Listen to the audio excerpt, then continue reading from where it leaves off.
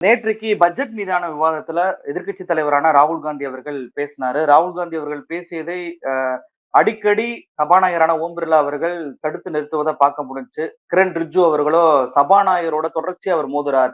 ரூல்ஸ உடைக்கிறார். இவருக்கு மட்டும் தனி ரூல்ஸ் போட முடியாது அப்படின்னு சொல்லி அந்த போட்டோவை காண்பித்ததற்கு கிரண் ரிஜ்ஜு அவர்களும் கண்டனத்தை தெரிவித்திருச்சாரு. அதே போல ஓம் பிர்லா அவர்களும் கண்டனத்தை தெரிவித்தாரு. நேற்றைக்கு ராகுல் காந்தி அவருடைய ஸ்பீச் எப்படி பாக்குறீங்க? வழக்கமா இருக்கக்கூடிய தன்மையிலிருந்து இப்பொழுது ராகுல் காந்தி கொஞ்சம் கொஞ்சமா அந்த தன்மை வந்து மாறிக்கொண்டிருக்கிறது. அந்த தன்மை என்ன அப்படின்னா, இப்போ இளைஞர்கள் எல்லாம் சொல்லணும்னா இந்த சாதாரணமா அந்த ராகுல் பாய் வந்து ராக்கி பாயா மாறிட்டு இருக்காரு அப்படின்ற மாதிரி சொல்லலாம்.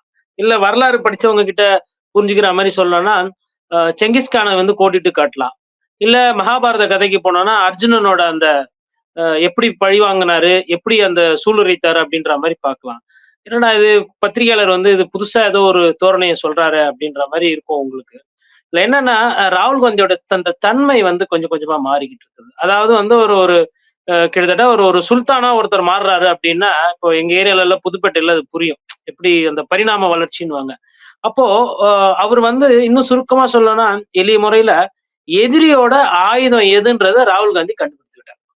எதிரியோட ஆயுதத்தை கண்டுபிடிக்கிற வரலாம் தான் உங்களுக்கு வந்து நீங்க வந்து ஒரு ஒரு வீரியம் இல்லாத ஒரு தலைவராவோ இல்ல உங்களால வந்து எதிர்கட்சியா வந்து நீங்க அவங்கள தாக்குதல் பண்ண முடியாத ஒரு சூழ்நிலையில் இருப்பீங்க. இப்ப ராகுல் காந்தியை பொறுத்தவரையிலும் பாரதிய ஜனதா கட்சியோட வியூகம் என்ன, அவங்களோட ஆயுதம் என்ன, இந்த இரண்டுமே இன்னைக்கு அத்துப்படி ஆகிவிட்டது. என்ன ஒண்ணு ராகுல் காந்தி அவர்கள் கொடுத்த நாட்கள் வருடங்கள் தான் அதற்கு அதிகம். ஆனா இன்னைக்கு வந்து அந்த ஒரு சேஞ்சை வந்து பார்க்க முடியுது. ஒரு வருடத்திற்கு முன்னாடி ராகுல் காந்தி அவர்கள் பாராளுமன்றத்தில் பேசுறதுக்கும் இப்பொழுது எதிர்கட்சி தலைவர் ஆகிவிட்டு ராகுல் காந்தி பேசுறதுக்கும் அந்த வித்தியாசம் பாத்தீங்கன்னா எண்ணற்ற வகை. அது குறிப்பா பாத்தீங்கன்னா இந்த இந்துத்துவாவை பத்தி பேசுறார். அதாவது ராகுல் காந்தி அவர்கள் வந்து சிவபெருமானை பற்றி பேசியதோ இல்ல வந்து முன்னாடி வந்து ஒரு ஒரு லைன் சொல்லுவாரு, 2 லைன் சொல்லுவாரு. முதல்ல கொஞ்ச நாளைக்கு முன்னாடி பாத்தீங்கன்னா எனக்கு பயம்னா கிடையாது, சிவனுக்கு எப்படி பயம்னா தெரியாதோ திரிசூலம் பின்னாடி இருக்கும், தேவைப்படும் போதுதான் பயன்படும். ஆனா பயம் இல்லாத ஒரு ஒரு ஒரு அரசியல்ல இருக்கிற நான் அந்த தன்மையின் மாதிரி சொல்லிட்டு நேத்து என்ன பண்ணாருன்னா மகாபாரத கதையை சொல்லியிருக்காரு. மகாபாரத கதையை சொன்னவர் என்ன சொல்றாருன்னா, நீங்க வந்து இந்த சக்கர வியூகம் அமைச்சிருக்கீங்க, இந்த சக்கர வியூகத்தோட பிரச்சனை என்னன்னே உங்களுக்கு தெரியாது. இந்த சக்கர வியூகம் என்னன்னா, எதிரில் இருக்கிற ஒரு ஒரு நல்ல வீரனை அபிமன்யு போன்ற ஒரு தலை சிறந்த வீரனை கூட அந்த வியூகத்துக்குள்ள அமைச்சு அந்த சக்கர வியூகத்துக்குள்ள வர வச்சு அவனை போர்ல வந்து தோற்கடிக்கலான்ற மாதிரி இருக்கு உங்களோட பட்ஜெட்டு. சக்கர வியூகம்னா என்னன்னா ஒரு ஒரு சக்கரம் மாதிரி இருக்கும். அந்த சிப்பாய்கள் நிக்கிறது, ஒரு சிப்பாய்க்கு பின்னாடி இன்னொரு சிப்பாயின்னு பார்த்து வட்ட வட்டமா ஒரு 7 வட்டத்துல நிக்க வைப்பாங்க.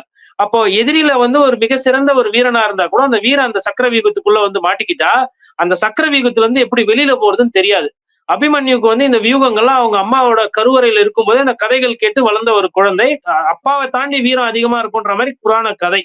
அந்த கதையில இருந்து கோடிட்டு காட்டி வராரு ராகுல் காந்தி. கதையில இருந்து சொல்றாரு, இந்த சக்கர வியூகம்ன்றது மேல இருந்து பார்த்தா தாமரை மாதிரி இருக்கும், அப்படி ஒரு தாமரை பட்ஜெட்டை தான் போட்டிருக்கீங்க. இது உள்ள ஜனங்கள்லாம் சின்ன பின்னமா சிக்கி கஷ்டப்படுவாங்க. இதனுடைய தாக்கம் வந்து சாரசாரையா எப்படி சிப்பாய்கள் ஒரு வீரனை தாக்குறாங்களோ அது மாதிரி வரிய போட்டு சாரசாரியா தாக்குற மாதிரி மக்கள் பாதிப்புக்குள்ளா இருக்கிறாங்க. நீங்க எடுத்தீங்கன்னா ஜிஎஸ்டி இருக்கு, இன்கம் டாக்ஸ் இருக்கு, செஸ் இருக்கு, வேல்யூ ஆடட் டாக்ஸ் இருக்கு, நம்ம பெட்ரோல் டீசலுக்கு கட்டுறது, சுங்கவரி சாலை இருக்கு.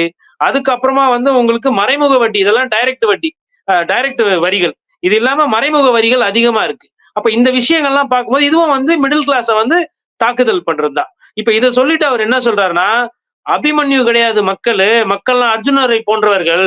இதை தவிடுபடியாக்கிட்டு இதுல இருந்து எப்படி வெளியில வரோம், இந்த வியூகத்தெல்லாம் உடைச்சு இந்த சக்கர வியூகமாகட்டும் அது பத்ம வியூகம், அதான் பத்ம வியூகம்ன்றது தாமரை, இந்த தாமரை வியூகமாகட்டும் சக்கர வியூகமாகட்டும் இதெல்லாம் தவிடுபடி ஆக்குவாங்க. அந்த தாமரை வியூகத்தை தான் நீங்க நெஞ்சில குத்திட்டு இருக்கிறீங்க, நீங்க நெஞ்சில குத்திட்டு நடக்கிறீங்க. ஆனா உங்களுக்கு ஓட்டு போட்ட அந்த நடுத்தர வர்க்கத்தை, மிடில் கிளாஸ, அவங்கதான் நீங்க கரோனால கைத்தட்ட சொன்னப்ப கை தட்டினாங்க, டார்ச் லைட்டை புடிச்சு புடிங்க அப்படின்னப்ப புடிச்சாங்க. உங்களுக்காக இருந்தவங்கள நீங்க முதுகுல குத்துனீங்க, நெஞ்சில குத்துனீங்க. அவங்க உங்களை பார்த்துக்கிட்டு இருக்காங்க. இந்த வியூகத்தை அவங்க உடைப்பாங்க. இதற்கு நான் உறுதுணையா இருப்பேன்ற மாதிரி சூழலித்திருக்கிறார். இது ஒரு பார். இதை முடிச்சுட்டு என்ன சொல்றாருன்னா, நீங்க ராணுவ வீரர்களுக்கு, விவசாய பெருமக்களுக்கு, குழந்தைகள் நலன், இல்ல வேலை வாய்ப்பு இல்லாத தன்மை, இதுக்கெல்லாம் நீங்க எதுவுமே ஒண்ணுமே பண்ணல உங்க பட்ஜெட்ல. உங்க பட்ஜெட்ல பணக்கார முதலாளிகளுக்கு தான் எல்லாமே இருக்குன்னு சொல்லிட்டு அம்பானி அதானி பேரை இழுக்கிறார். அம்பானி அதானி பேரை சொன்ன உடனே பாராளுமன்றத்துல அமளி. அவர் இல்லாதவங்களை பத்தி பேசக்கூடாது. இவர் கேக்குற, ஏங்க என்னங்க பிரச்சனை, ஒரு சக்கர வியூகம் அமைச்சதுல ஒரு 7-8 பேர் சேர்ந்து சூழ்ச்சி பண்ணாங்க. அபிமன்யுவ பிடிக்கிறதுக்கு, அந்த வீரன, அந்த இளைஞனை பிடிக்கிறதுக்கு சூழ்ச்சி பண்ணாங்க. அந்த சூழ்ச்சிக்காரர்கள் எப்படி ஒரு 7-6 பேர் இருந்தாங்களோ, அதே மாரி இன்னைக்கு ஒரு 6-7 பேர் இருந்தாங்கன்னு சொல்லிட்டு ஆரம்பிக்கிறாரு. பிரதமர் மோடி, அமித்ஷா அப்படின்னு சொல்லிக்கிட்டே வரும்போது, இந்த வியாபாரிகளோட பேர சொல்லும்போது சபாநாயகர் என்ன பண்ணாரு, அவையில இல்லாதவங்கள பத்தி பேசக்கூடாது அப்படின்றாரு.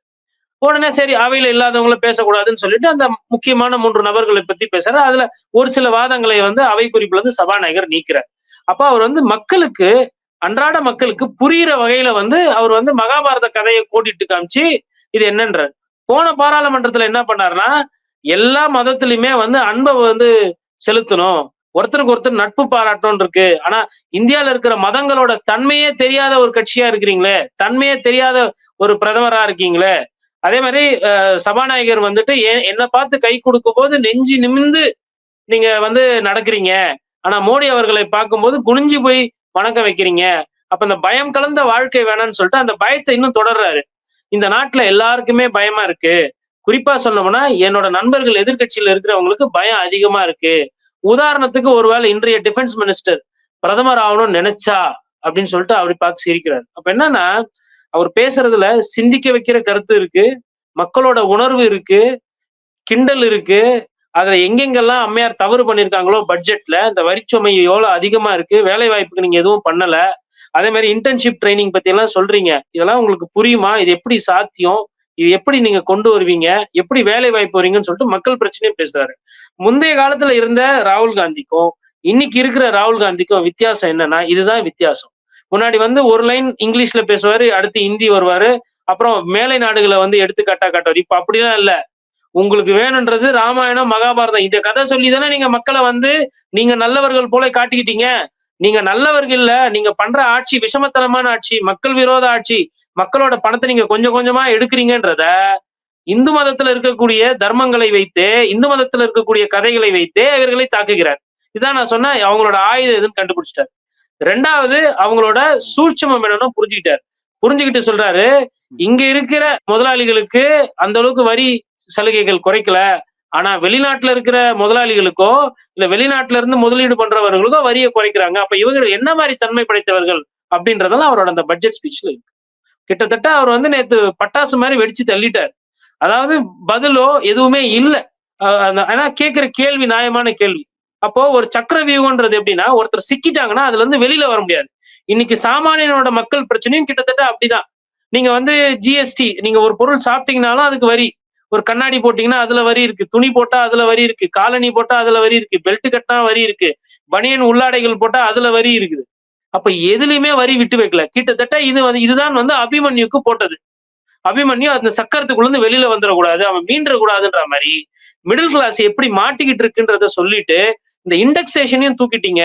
இந்த இண்டெக்ஸேஷன் என்னன்னா, இப்போ ஒருத்தர் வீடு வாங்குறாங்க, ஒருத்தர் நகை வாங்குறாங்க, கடன்லாம் வாங்கியிருப்பாங்க, வட்டி கட்டி இருப்பாங்க, அதுக்கு வரியை கட்டியிருப்பாங்க. 3த்தையும் கட்டி முடிச்சுட்டு அந்த வீடு ஒரு 20 வருஷம் கழிச்சு வந்ததுக்கு அப்புறம் அந்த வீடை வித்துட்டு பொண்ணுக்கு கல்யாணம் பண்ணலாம், இல்ல அந்த நகையை வித்துட்டு பையனை படிக்க வைக்கலாம் அப்படின்னு நினைக்கும் போது அதுல லாபத்துல வந்து அரசாங்கத்துக்கு வரியை கட்டணும். இதுதான் வந்து அந்த இண்டெக்ஸேஷனை நீக்கினது. இந்த இண்டெக்ஸேஷனையும் வந்து அவங்களுக்கு புரியுற மாதிரி நேத்து பேசியிருக்கிறாரு. மக்கள் வயித்துல நீங்க அடிச்சிட்டீங்க, முதுகுல குத்திட்டீங்க, மக்கள் உங்களை பார்த்துக்கிட்டு இருக்காங்கன்றத நாட்டு மக்களுக்கு நேத்து புரியும்படி பேசியிருக்கிறார்.